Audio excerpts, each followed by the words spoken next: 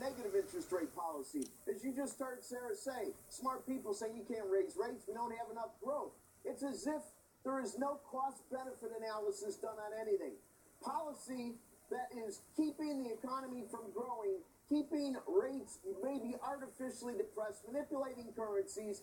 It is not a zero-sum game, meaning there is no damage done. There's a lot of damage being done.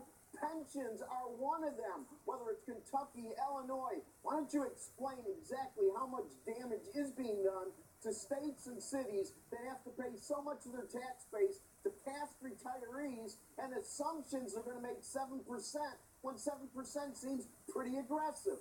Certainly, Rick. So as you point out, if the Fed wants to go ahead and encourage investment on an equity basis, obviously they're going to have to lower rates, which they've done for a prolonged period of time.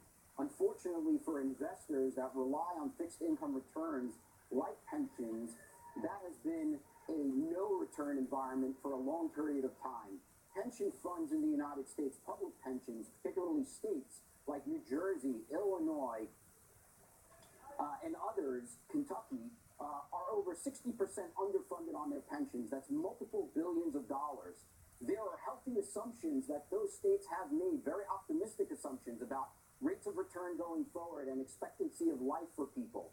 And unfortunately, those rates of return are way off base at this point. Many are projecting rates of return between 7 and 9%, and we see fixed income returns even on the highest yielding bonds not even coming close. So obviously, when it comes to investment grade, where the bulk of the money is going to be in treasuries and so forth, those pensions are going to continue to be underfunded. And one last point. Obviously, there's going to be a turning point that is going to occur where rates are going to start to move upward at a substantial clip.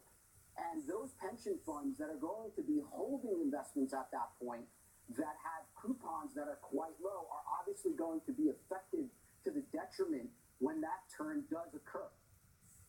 So let me get this straight, David. Let me get this straight. Yields aren't high enough to create an investment landscape to make the types of returns to fund the pensions.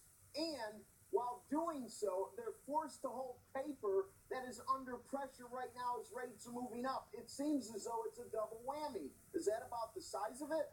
That's exactly the size of it, and I'm going to add one more element that makes it even worse, which is there is no restructuring regime. There is no legal regime in the United States to allow these states to restructure their finances, including their pension obligations. And so at some point, I'm not saying it's soon, this is a very slow-moving train wreck, but at some time soon, we're going to hit a point where these pension obligations need to be restructured. We have no mechanics for that, and unfortunately, our legislators do not act until the absolute last moment of crisis.